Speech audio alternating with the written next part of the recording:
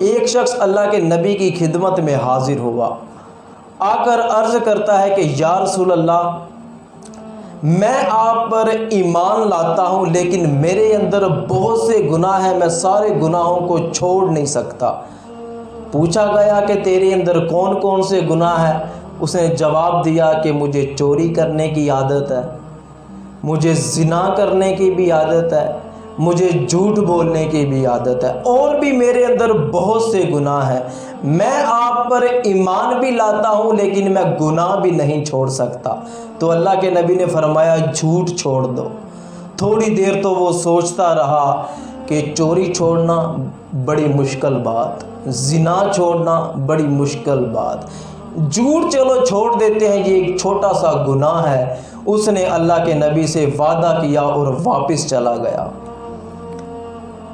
کچھ دن گزرے تو گھر سے اس ارادے کی وجہ سے نکلا کہ چلو چوری کی جائے۔ جب گھر کی دہلیز سے نکلا تو یاد آیا میں نے تو اللہ کے نبی سے وعدہ کیا ہے کہ میں کبھی جھوٹ نہیں بولوں گا۔ اگر میں نے اپنا منہ کالا کر لیا، چوری کر لی تو بڑی شرمندگی ہوگی، کون سا منہ لے کر اللہ کے نبی کی بارگاہ میں جاؤں گا۔ اس نے ارادے کو ترک کر دیا۔ پھر کچھ دن گزرے تو دل میں خیال آیا کہ چلو زنا کیا جائے۔ زنا کرنے کی نیت سے وہ گھر سے نکلا۔ تو جب نکلا تو پھر یاد آیا کہ میں نے تو اللہ کے نبی سے وعدہ کیا ہے کہ میں کبھی جھوٹ نہیں بولوں گا۔ اگر میں نے منہ کالا کر لیا تو اللہ کے نبی کے پاس جا کر بڑی شرمندگی ہوگی۔ تو اس نے زنا کرنے کے ارادے کو بھی ترک کر دیا۔ تو دیکھیے کہ ایک جھوٹ چھوڑنے کی وجہ سے سارے گناہ ہی اس نے چھوڑ دیے۔ میرے نبی نے فرمایا کہ جب کوئی بندہ جھوٹ بولتا ہے تو اس کے منہ سے بدبو آتی ہے، تو فرشتے 1 میل اس بندے سے دور چلے جاتے ہیں۔ اب بتائیے کہ جب بندہ ہر وقت ہی جھوٹ بولتا رہے تو اس کے قریب کوئی فرشتہ آئے گا تو پھر رحمتیں اور برکتیں کہاں سے نازل ہوں گی؟ آقا کریم صلی اللہ علیہ وآلہ وسلم سے پوچھا گیا یا رسول اللہ، مومن بزدل ہو سکتا ہے؟ فرمایا مومن بزدل نہیں ہوتا، مومن بہادر ہوتا ہے، لیکن ہو سکتا ہے کہ کبھی وہ بزدلوں والے کام کر جائے۔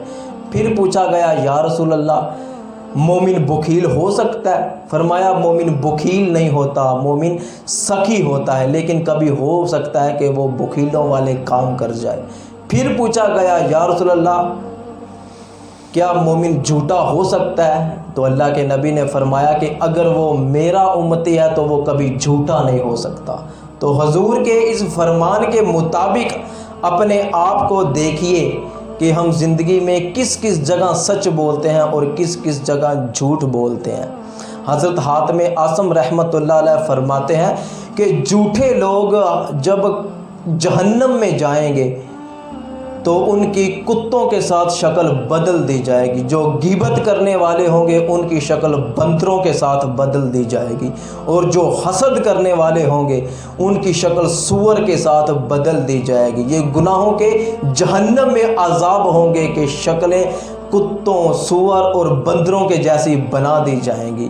تو آج ہم جھوٹ کے حوالے سے سن رہے ہیں، تو جھوٹ بولنا بہت بڑا گناہ ہے، اس کو گناہ کبیرہ کہا گیا ہے، لیکن آج ہم جھوٹ بولنے کو گناہ بھی نہیں سمجھتے۔ جاتے جاتے ہم ایسے ہی کسی سے جھوٹ بول دیتے ہیں کہ بس یہ مذاق ہے، یہ مستی ہے، حالانکہ ہمیں پتہ ہی نہیں ہوتا کہ ہم نے گناہ کبیرہ کر لیا ہے۔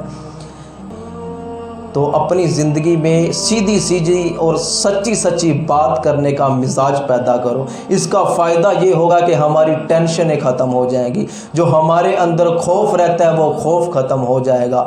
اگر ہم ہمیشہ سچ بولیں گے، اللہ کے اور اللہ کے رسول کے فرمان پر عمل کریں گے، تو اللہ بھی ہم سے راضی ہوگا، اللہ کا رسول بھی ہم سے راضی ہوگا۔ شیئر ضرور کریں، ہو سکتا ہے آپ کے ایک شیئر سے یہ بات کسی کے دل میں اتر جائے۔